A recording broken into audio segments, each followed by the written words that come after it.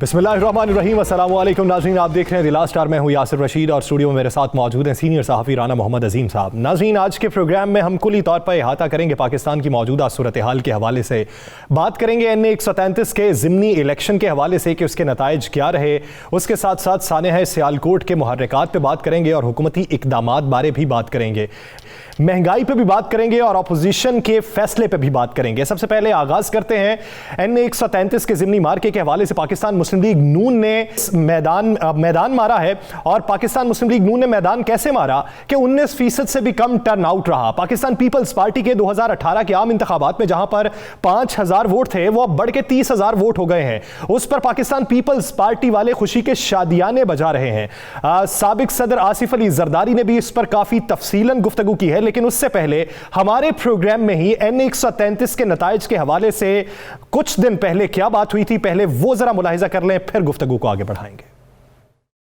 लाहौर में अगर वो एक ऐसे हल्के से जहां से मुस्लिम लीग नून का उम्मीदवार हो, जहां से तहरीक इंसाफ के लोग मौजूद हो, वहां से पीपल्स पार्टी का उम्मीदवार अगर 40 से 45 हजार या 35 से 40 हजार वोट ले जाता है, मैं ये जो आपको कैलकुलेशन दे रहा हूं, ये इलेक्शन डे पे हमें सामने आ जाएगी।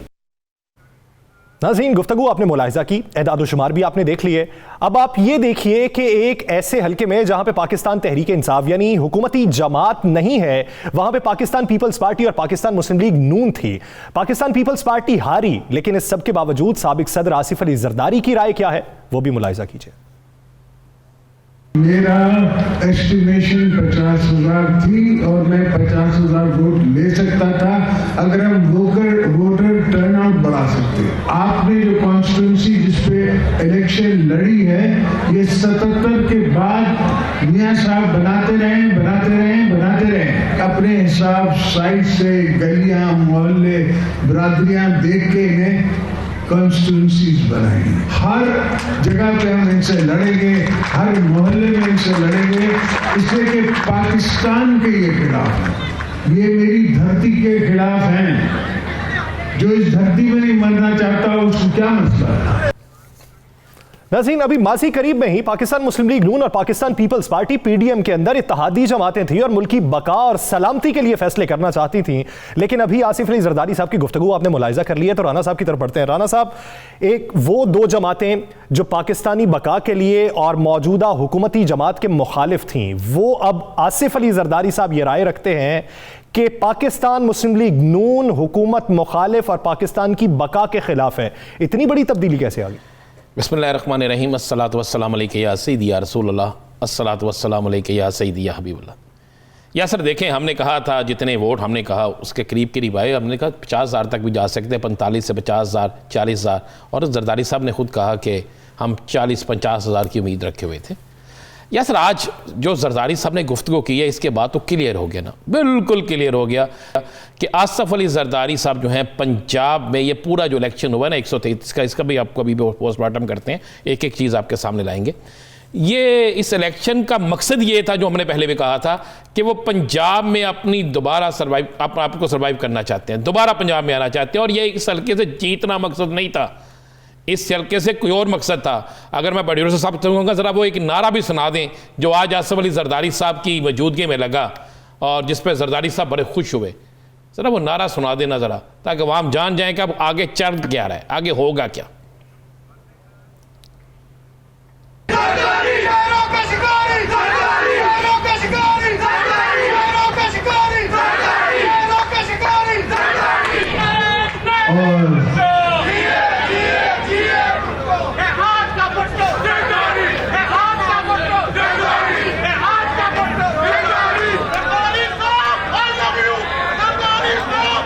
इसमें अंदाजा लगाए ना कि ये शेरों का शिकारी आसिफ जरदारी, ये नहीं कह रहे कि खिलाड़ियों का शिकारी, नहीं, वो तहरीक साहब की तरफ आ ही नहीं रहे।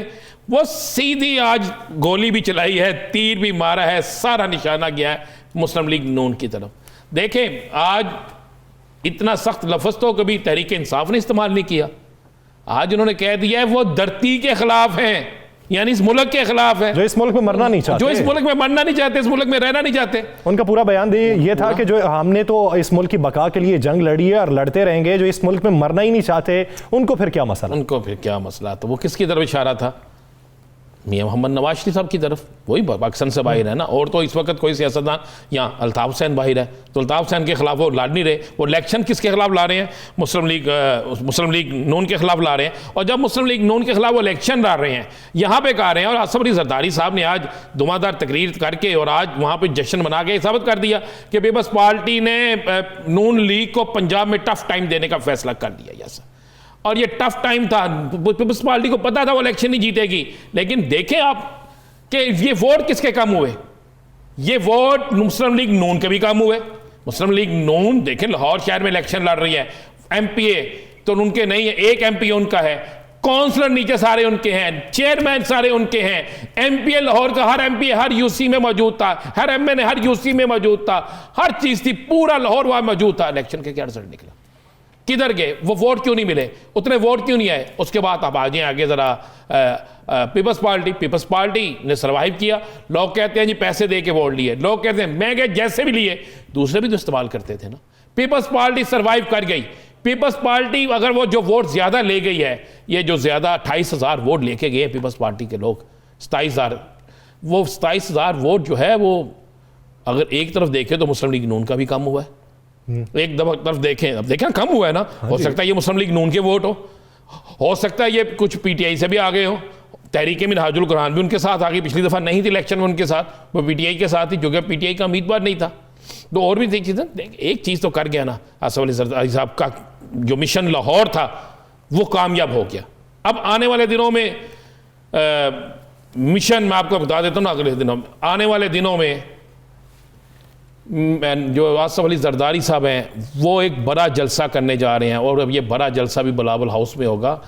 ये बड़ा जलसा अहम लोगों का जलसा होगा जिसमें बड़ी शमूलियत होने जा रही है, बड़ी शमूलियत होने जा रही हैं। ये फैसला हो गया है। ज़रा आज आप ज़रा गौर तो करें ना ज़रा थोड़ा सा। अब एक तो लड़ाई शुरू होगी आसिफ अली जरदारी वर्सेस मियां नवाज शरीफ, मरियम नवाज, शहबाज शरीफ, ख़त्म।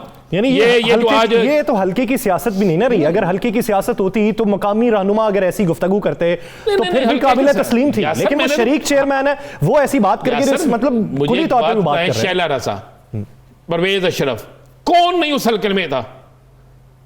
ये सारे इस हल्के में थे, तो उससे ही साबित हो गया था कि अब आप नहीं राना साहब, आप राजा परवेज अशरफ की बात कर चुके हैं, तो फिर उनकी गुफ्तगू भी जरा मुलाहिजा कर लें। जी बिल्कुल कर। तो इस वक्त नाज़रीन मुलाहिजा करते हैं साबिक वज़ीर आज़म राजा परवेज अशरफ की गुफ्तगू जो उन्होंने पाकिस्तान मुस्लिम लीग नून के बारे में की है। नून लीग वाले कहा करते थे कि हम तो वोट मांगने जाते ही नहीं, हमें जरूरत ही नहीं। पाकिस्तान पीपल्स पार्टी की टीम निकली, फिर नून लीग को भी निकलना पड़ा, तो इस तरह वोटर को इज्जत मिली। जो सियासी पंडित ये बात करते थे पाकिस्तान पीपल्स पार्टी का पंजाब में सफाया हो गया है, वो तो आज सोचने पर मजबूर हो गए हैं कि पीपल्स पार्टी तो मौजूद है। कल कोई नून वाले कह रहे थे कि जी हमारे साथ धांधली हुई है। मैंने कहा ये भी क़यामत की निशानी है कि पंजाब में नून वालों से धांधली पीपल्स पार्टी कर रही है। जरा यासर ये देखे ना कितनी खूबसूरत गुफ्तगू। आगे फिर जाके एक और बात करते हैं। मैं चाहूंगा जरा मलिक परवेज मरहूम जो हैं उनके साहबजादे अली परवेज साहब ने भी कल एक तकरीर की थी, जरा वो भी सुना दें ताकि पता चल जाए ना इनके आग दोनों तरफ बराबर हो जाए ना। जरा आग कैसी लगी है? जो आज का दिन है मेरे ख्याल से सारी सियासी जो पार्टियां हैं उनके लिए लम्हे फिक्री है कि किस तरह से एक ऑपोजिशन की जमात ने सिंध की आवाम का लूटा हुआ पैसा यहाँ पे आके वोटरों की तजलील और वोटों के वफादारियाँ खरीदने के अंदर इस्तेमाल किया। कोई इनसे पूछ सकता है इनकी कारकर्दगी ऐसी क्या थी कि वोट 5,000 से उठ के 20,000 के ऊपर हो गया, और इनको शर्म फिर भी नहीं आई जब आप लोगों ने इनका मकरू चेहरा दुनिया के आगे एक्सपोज किया। उसके बावजूद आज का दिन भी गाड़ियों के अंदर नकद पैसे लेके ये बांटते रहे। राना साहब एक लुकमा दे देने दें। कोई अली परवेज मलिक साहब का कहना है कि कोई इनसे पूछ सकता है कि सिंध का पैसा लूटा, यहाँ पे लाके खर्च किया आपने, तो फिर तो ये भी पूछना चाहिए इन दोनों जमातों से कि फिर आपने अवामी मफाद में क्या काम किया? आप तो फिर जाती मफाद में इकट्ठे थे। या सर मैं यही कह रहा हूं, एक चीज बड़ी क्लियर हो गई, इनके जब जाती मफादात थे तो ये इकट्ठे थे, कोई कौमी मफाद नहीं था, कोई मुल्क के लिए मफाद नहीं था। जब जाती मफाद थे ये इकट्ठे थे। जब इन्होंने देखा कि अब हमारे मफादात पूरे हो गए हैं और हमने अपनी अपनी लड़ाई लड़नी है, तो जनाब ये एक दूसरे के ख़िलाफ़ हो गए। अब पीपल्स पार्टी सिंध का लूटा हुआ पैसा ला रही है, पीपल्स पार्टी कह रही है नून लीग धांधली का शोर मचा रही है, वो इस धरती के गद्दार हैं, यासिर अली जरदारी साहब कह रहे हैं। या सर कमाल की गेम खेली है। आप भी ना रोज़ाना बैठ के करते रहते हैं, आपने सवाल भी लोगों से करते हैं जी पीटीआई ने क्यों नहीं उम्मीदवार दिया। और भाई पीटीआई तो गेम कर गई इन दोनों के साथ। क्या अगर पीटीआई का यहाँ पे उम्मीदवार होता, जरा गौर करें मेरी इस बात पे, अगर पीटीआई का यहाँ पे उम्मीदवार होता तो ये सारा मलबा किस पे गिंडा था? पीटीआई पे। सारी तनकीद किस पे होनी थी? पीटीआई पे। मुस्लिम लीग नून ने और पीपल्स पार्टी ने एक हो जाना था। उन्होंने कहा जब हम एक हैं, वो लड़ाई शायद अब ना होती। पीटीआई ने ऐसी कमाल गेम खेली, आप उन्हें क्या समझते हैं? हम तो सब ये चीमा साहब जो हैं, जमशेद चीमा, ये पागल है?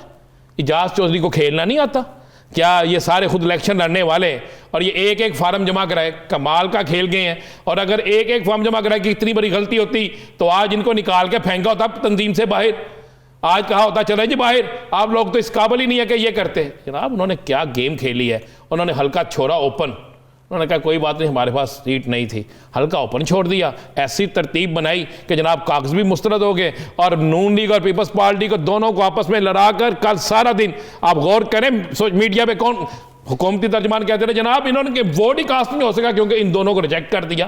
फिर उन्होंने कहा जनाब ये दोनों एक दूसरे को गालियां निकाल रहे हैं, इनकी आपस में इनकी गालियां, इनकी आपस की गुफ्तगू, आज की आसिफ अली जरदारी की तकरीर। उसके बाद तो वाजे, अब मुझे बताएं ये अगर इकट्ठे भी हो जाते हैं तो अवाम क्या कहेगी? अवाम कहेगी जनाब यही राय होगी अवाम की जो अभी इनके रहनुमाओं की है।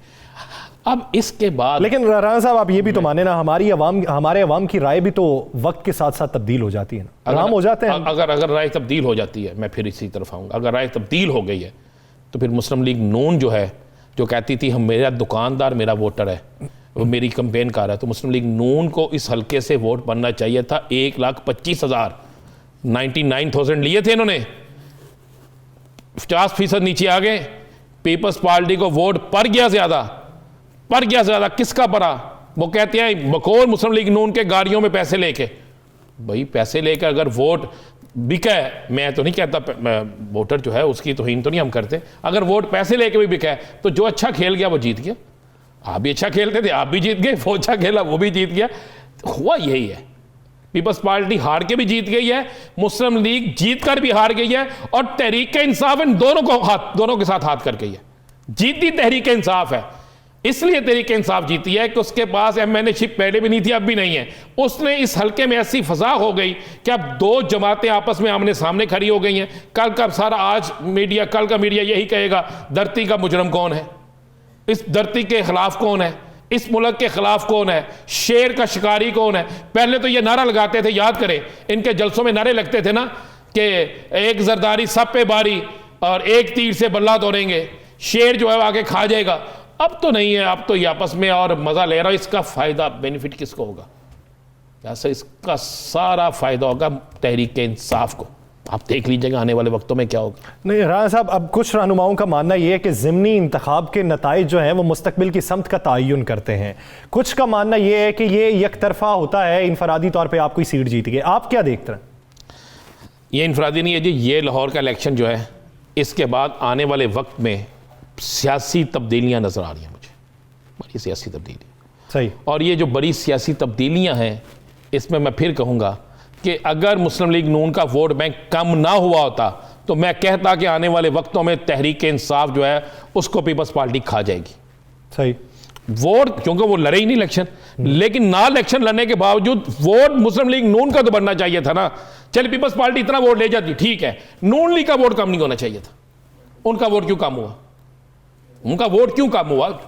अगर आप कहते हैं कि ये रेशो बड़ी कम आई है, चले उस हिसाब से आ जाए, रेशो तो उनके लिए भी कम आई ना, उनका वोट क्यों ज्यादा हुआ, इनका क्यों कम हुआ? यानी टर्न आउट अगर कम हुआ है तो फिर पाकिस्तान पीपल्स पार्टी का भी कम होना चाहिए था। बिल्कुल, मैं आगे चलूं। आज आपको पता है इस पे बड़े मियाँ साहब बड़े नाराज हुए, बड़े मियाँ साहब शदीद नाराज हैं। और जरदारी साहब ने ये जो तकरीर फरमाई है ना, ये तकरीर जाती उमरा में बैठ के सब ने सुनी है, ये तकरीर लंदन में बैठ के जनाब सब ने सुनी है। और उसके बाद उन्होंने कहा जनाब तगड़े हो वो, अब हमने पीपल्स अब पार्टी को देखिए कि टफ अगले टाइम देना आम है। इंतखाबात में पाकिस्तान पीपल्स पार्टी और पाकिस्तान मुस्लिम लीग नून का मैनिफेस्टो जो है वो किस हद तक मकबूल होता है या किस हद तक उसका गिराफ नीचे आता है। नाज़रीन, एक शॉर्ट ब्रेक के बाद अपोजिशन के इकदामात पे हुकूमती राय हमें फारूक हबीब साहब ज्वाइन करेंगे। कहीं नहीं जाइएगा, स्टे विद अस।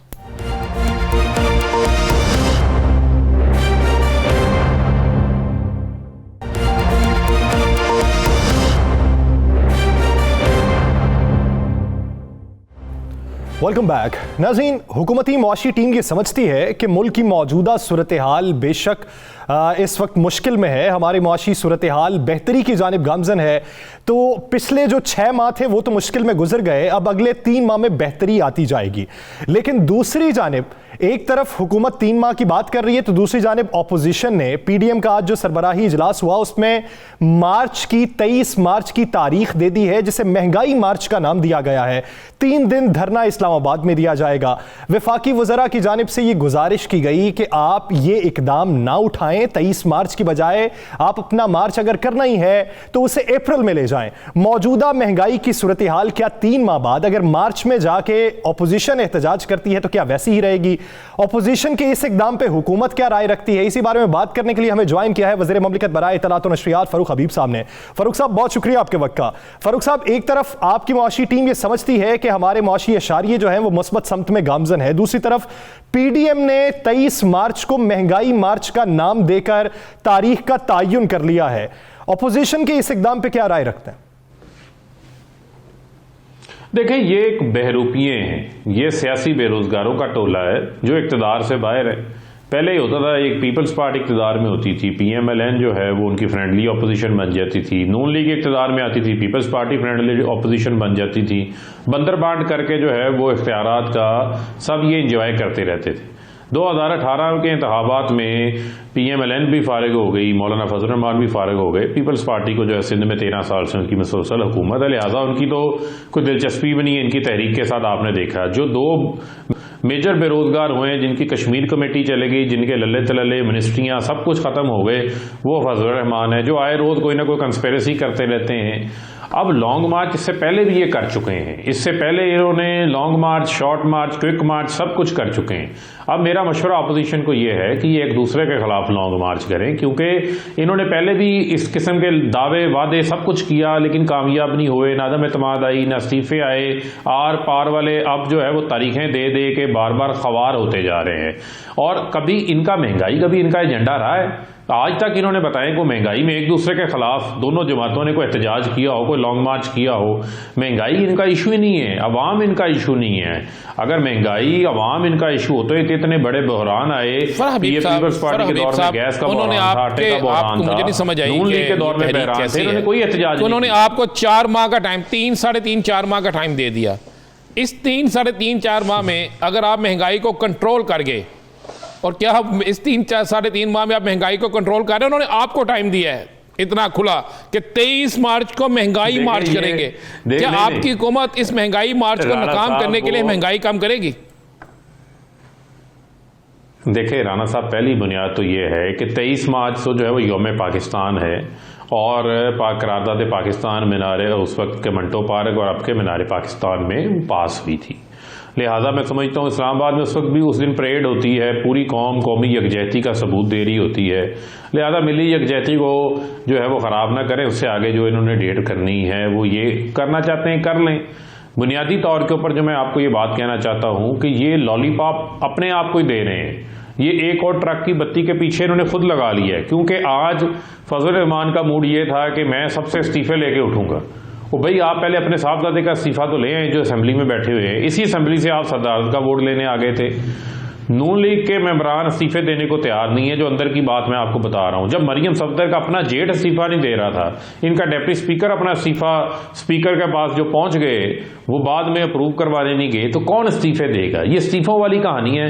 वो फजल रहमान सब सख्त मायूस हुए, उन्होंने कहा चलो एक और ट्रक की बत्ती के पीछे लगा देते हैं, 23 मार्च को लॉन्ग मार्च का अनाउंस कर देते हैं। इन मार्चेस से जो है वो पहले को नतीजा निकला है, पहले भी उन्होंने किए हैं ना। बुनियादी सवाल कि महंगाई मार्च का नाम दिया गया है, तो उससे पहले महंगाई का ग्राफ जो बुलंद हो रहा है वो कम हो जाएगा? देखें, यकीनन मैं आपको ये बता रहा हूँ, आप देखें 2 हफ्तों का आप रिकॉर्ड उठा के देखें सेंसिटिव प्राइस इंडेक्स का, वो नीचे आ रहा है।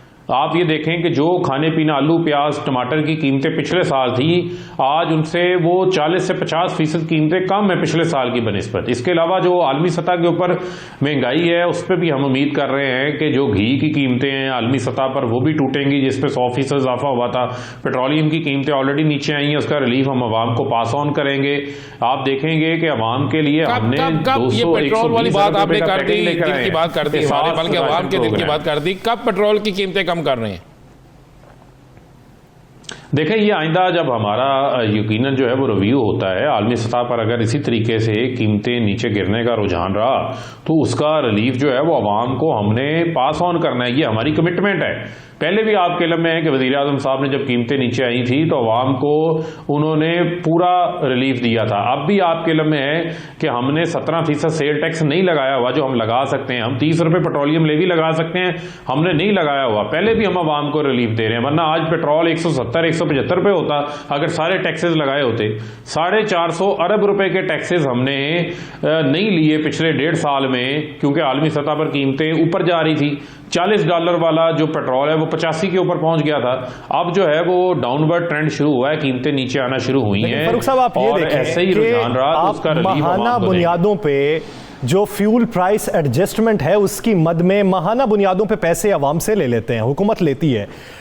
पेट्रोल की कीमत अगर आलमी मंडी में बढ़े तो अगले 15 दिन में पाकिस्तान में भी बढ़ जाती है, लेकिन अगर कीमत कम हुई है तो उसका इंपैक्ट फौरी तौर पे क्यों नहीं है? वो रिव्यू में क्यों जाएगा? उसके लिए डिले किस बात का? देखें, फौरी तौर पे नहीं, एक मिनट थोड़ा मैं आपको एजुकेट कर देता हूं ना। देखें, बात यह है कि जो आपके सौदे हो रहे होते हैं पीएसओ 15 दिन की फॉरवर्ड जो है वो बाइंग कर रही होती है। यानी आज अगर कोई उन्होंने आज की कीमत के ऊपर अगर उन्होंने पेट्रोल ख़रीदा है तो उसका इम्पैक्ट जो है वो अगले 15 दिन की कीमतों के ऊपर आएगा। वो उसका एक उनका पूरा एक फार्मूला है। ये तो नहीं है कि आपने जो है वो क्रूड ऑयल आज ख़रीद लिया तो वो आपके मुल्क में पड़ा है। क्रूड ऑयल आप खरीदते हैं, वो प्रोसेस से पाकिस्तान पहुंचता है, वहां पर रिफाइनरी में आता है, रिफाइंड होता है। यहाँ आप अगर रिफाइंड तेल भी लेते हैं तो उसको पहुंचने में भी जो है वक्त दरकार होता है, फिर वो डिलीवर होता है, फिर वो नोजल पर आता है पेट्रोल पंप भी।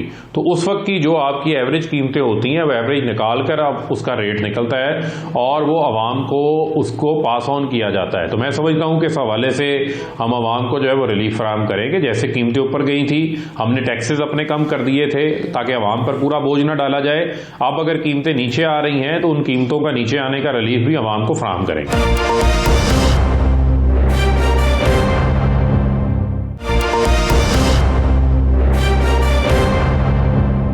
हबीब साहब, गवर्नर पंजाब साहब की धुआंधार तकारीर पे बड़ी तनकीद हो रही है, आपके वज़रा भी उस पर बात कर रहे हैं, ये क्या मामला है? और गवर्नर साहब की तरफ से कोई तरदीद भी नहीं, कोई ऐसा बात भी नहीं? देखिए, गवर्नर साहब की तरफ से अगर कोई बात आई है तो मेरी नज़र से तो ऐसी कोई बात नहीं गुजरी।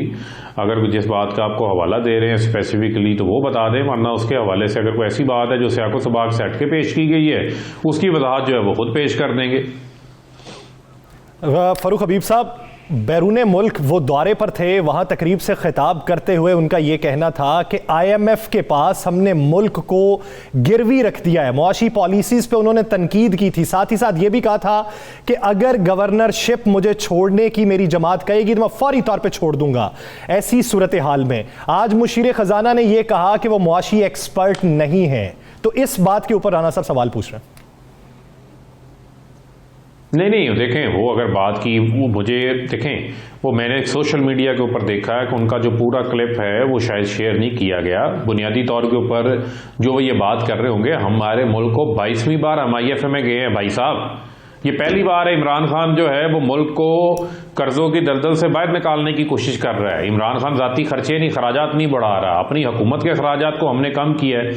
आज जो कह रहा हूं फरूक साहब, आप दुरुस्त कह रहे हैं, हमारा डेट, क्या इस बात का इल्म गवर्नर पंजाब को नहीं है? राणा साहब, आप दुरुस्त कह रहे हैं, 22वीं दफा गए हैं, क्या इस बात का इल्म गवर्नर पंजाब को नहीं? नहीं, अब मुझे जरा एक्सप्लेन तो कर देने देना, एक मिनट मुझे एक्सप्लेन कर देना। हमारा डेट टू GDP रेशो नीचे गया। जिस तनाजुर में अगर वो बात कर रहे होंगे तो उन्होंने बात की होगी कि हम अपनी एक्सपोर्ट्स बढ़ाएं, हम पाकिस्तान के अंदर इतने डॉलर्स के ज़र मुबादला पैदा करें कि हमें IMF के पास जाने की ज़रूरत ही ना पड़े। जाहिर बात है जब IMF के पास आप जाते हैं तो उनकी कंडीशंस भी होती हैं, उनकी शराइत भी होती हैं।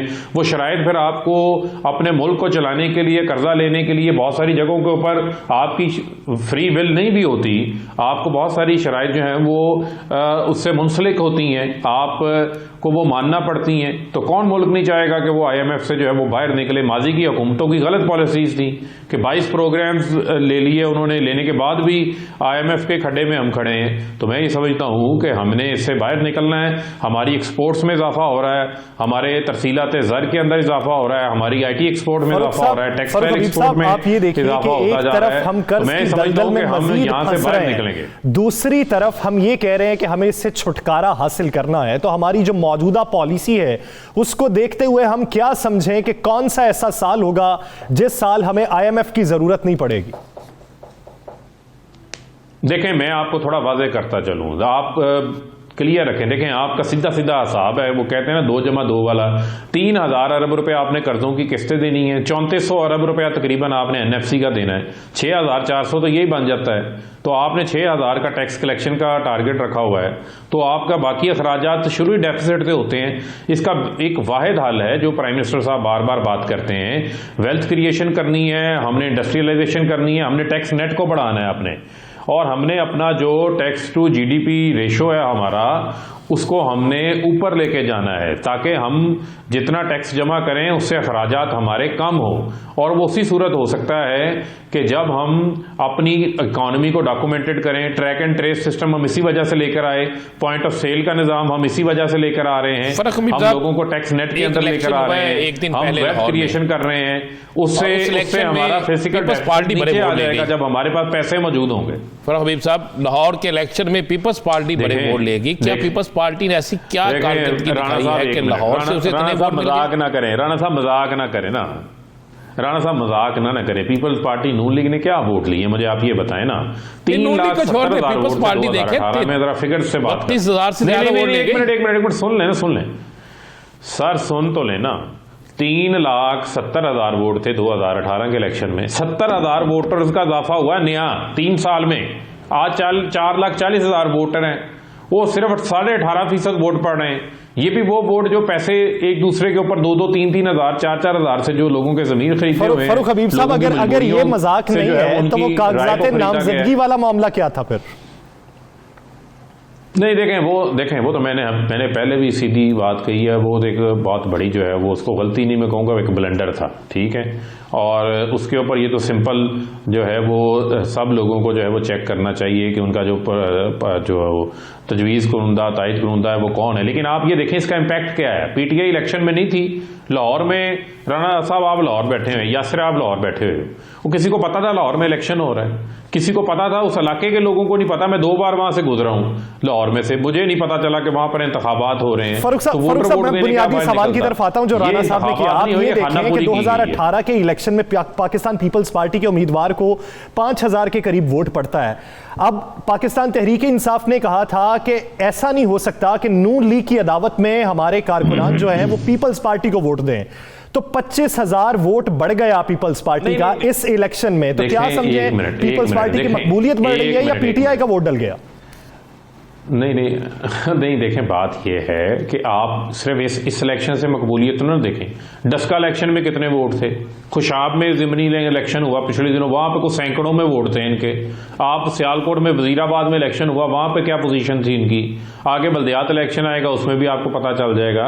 मामला यह है कि अगर PTI इंतखाबात में नहीं है तो वहाँ पर जो एक anti-PMLN वोट है, उस वोट को किसी ने तो कैश करवाना था, वही आपको एवरेज नजर आ रही है। लेकिन फिर मैं आपको कह रहा हूँ PTI का वोटर बाहर नहीं निकला, इसी वजह से टर्न आउट कम है। ये बता दें कि ऐसा वोट बैंक होता है जो हमेशा हवा में होता है, ये 23 मार्च को इस्लामाबाद में परेड भी होनी है, सब कुछ होना है।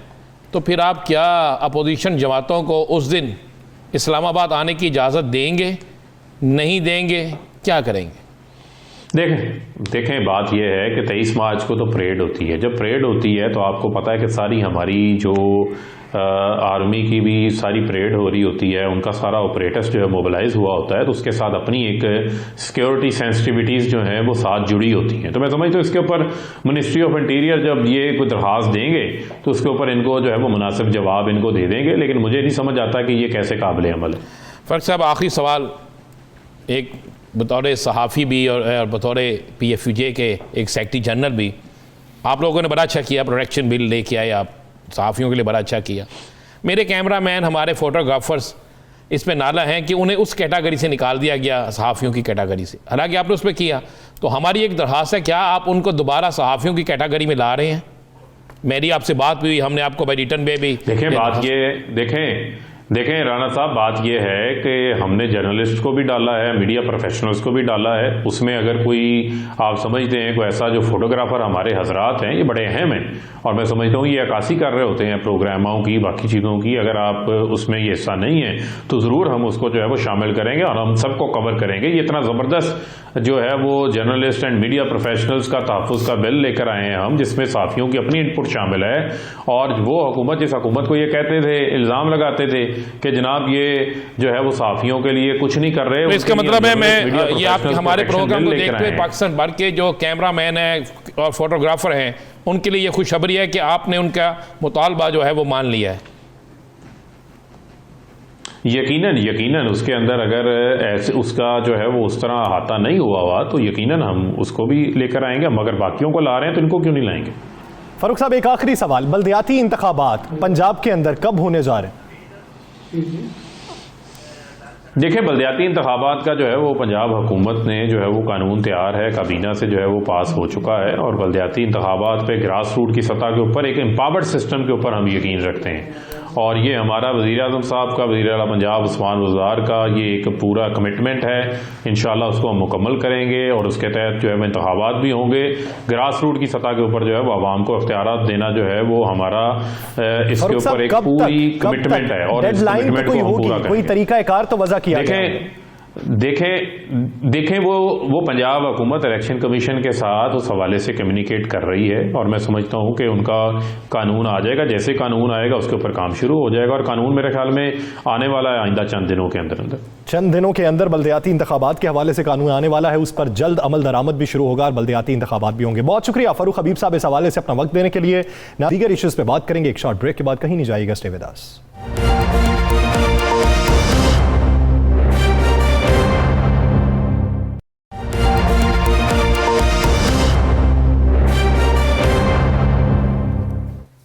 Welcome back. नाज़रीन, गुफ्तगू करेंगे सारे हैं सियालकोट के हवाले से। ये एक ऐसा मौजू है जिस पर अल्फाज कम पड़ जाते हैं, ज़बान गुंग हो जाती है कि इंसानियत सोज़ वाक़या पाकिस्तान में पेश आया। जहाँ पर इंसानियत सोज़ वाक़या पेश आया है, इंसानियत की तज़हीक की गई है, वहीं पर पाकिस्तान का जो तशख़्ख़ुस है वो आलमी सतह पर पामाल करने की कोशिश की गई। लेकिन श्रीलंकन हुकाम पाकिस्तानी इक़दामात पर मुतमईन नज़र आते हैं। तो पाकिस्तान में इक़दामात क्या होने जा रहे हैं कि आने वाले वक्तों में ऐसा कोई भी इक़दाम ना उठाया जा सके? राना साहब की तरफ बढ़ते हैं। राना साहब, सानेह सियालकोट को टेस्ट केस बनाते हुए वफाकी हुकूमत फैसला क्या कर चुकी है? मीटिंग तो बहुत बड़ी हुई, लेकिन फैसला हो गया है कि ऐसे तमाम लोग, तमाम अवामिल जो इंतहा पसंदी तक जा रहे हैं, जो मज़हब को गलत इस्तेमाल कर रहे हैं, जो मज़हब के नाम पर मज़हब के साथ गुनोना खेल रहे हैं, उनको किसी सूरत माफ़ी नहीं दी जाएगी। किसी सूरत, चाहे वो कोई भी हो, जितना मर्जी ताकतवर हो, जितना मर्जी अहम हो, उसको माफ़ी नहीं दी जाएगी। ये फैसला हो गया।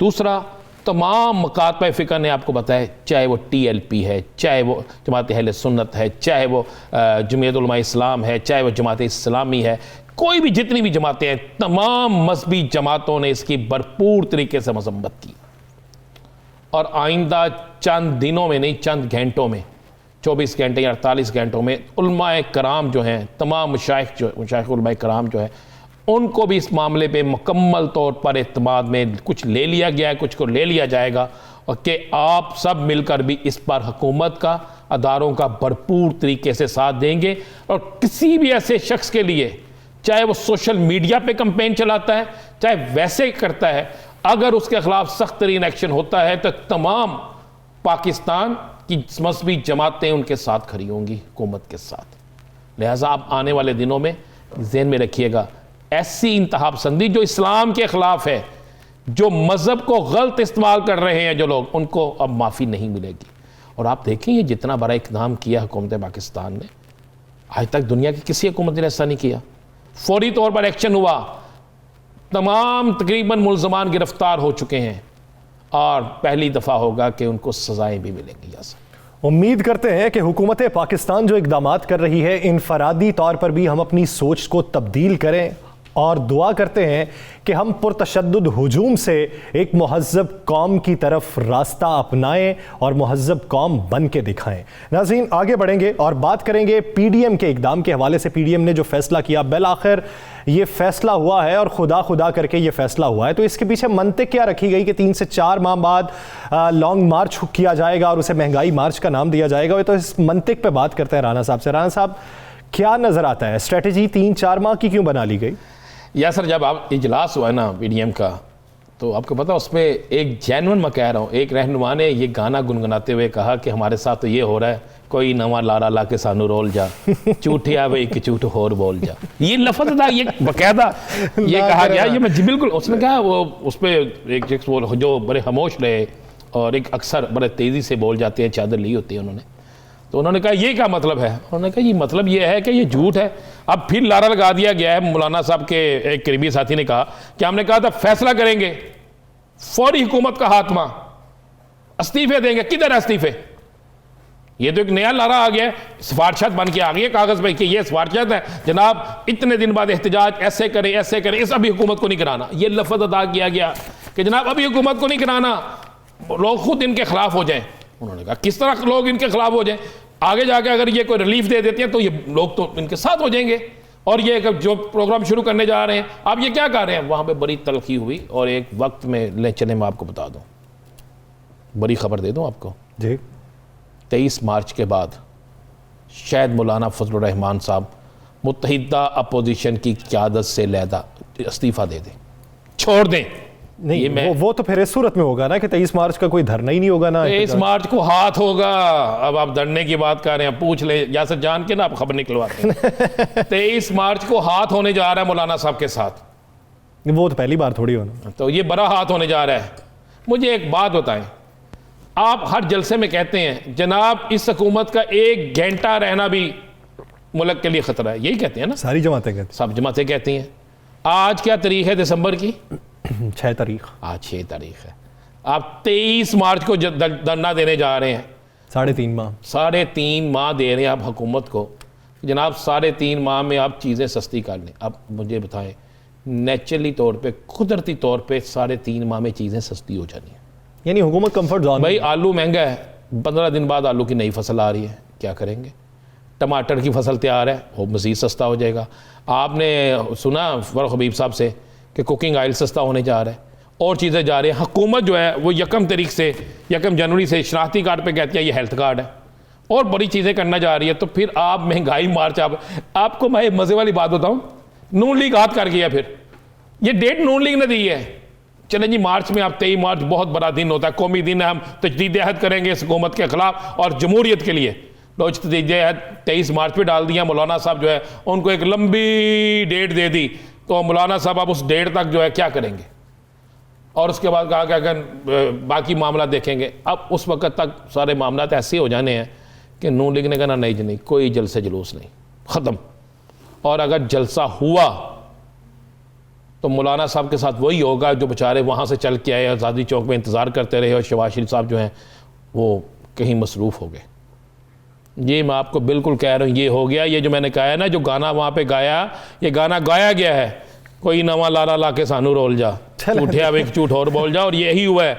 और आप पता है आज मौलाना साहब ने गिला किया है, वो तो गिले, एक बड़ा गिला ये किया है कि हमारे साथ पीपल्स पार्टी ने वो नहीं किया। ये मैं लफ्ज़ बता रहा हूँ कि जो हमारे साथ मुस्लिम लीग नून कर रही है, तो मैं अगर मजबूर ना होता बड़े मियाँ साहब के हाथों, तो मैं आज ही इस इत्तेहाद को तोड़ देता और मैं अपने ताईं जो चाहता वो करता। देखते हैं कि ये मजबूरियां कब तक साथ निभाती हैं और ये कब तक इत्तेहाद को साथ चलाती हैं। नाज़रीन, आगे बढ़ेंगे और बात करेंगे लाहौर में मॉडल टाउन कचहरी से खतरनाक कैदी फरार हो गए। ये एक अनोखा मामला हुआ।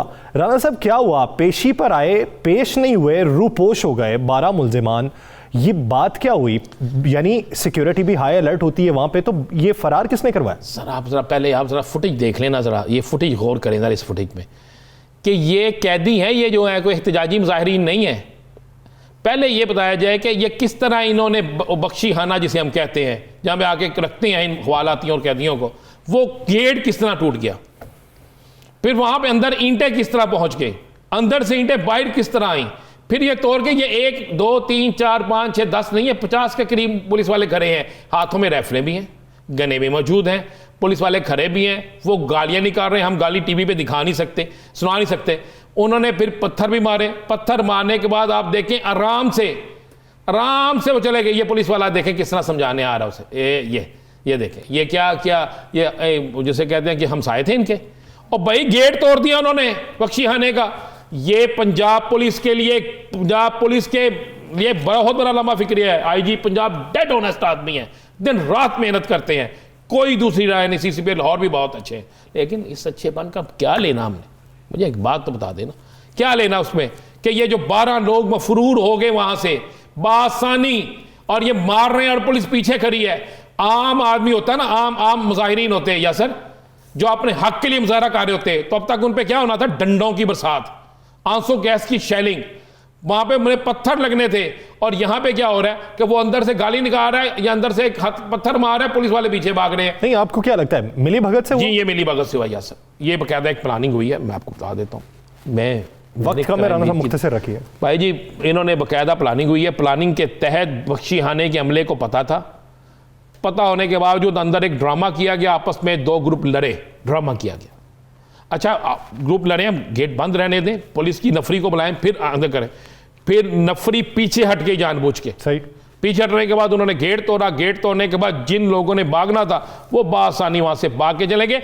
उन पुलिस बाहर भी मौजूद है, पुलिस गेटों पर भी मौजूद है। पुलिस के आला हुकाम को ये जो सहूलतकार है इनकी निशानदही करनी चाहिए। ये टेस्ट केस बनाएं, ये एक सवालिया निशान है और लम्हा फिक्रिया है। इस पर जल्द अज जल्द अगर कोई एक्शन हो जाए तो बेहतर होगा। बसूरत दीगर इसके नताइज बहुत मुश्किल भुगतना पड़ेंगे। नाज़रीन, दिलास्टार से मुझे और राना को दीजिए इजाजत। अपना ख्याल रखिएगा। अल्लाह निगहबान।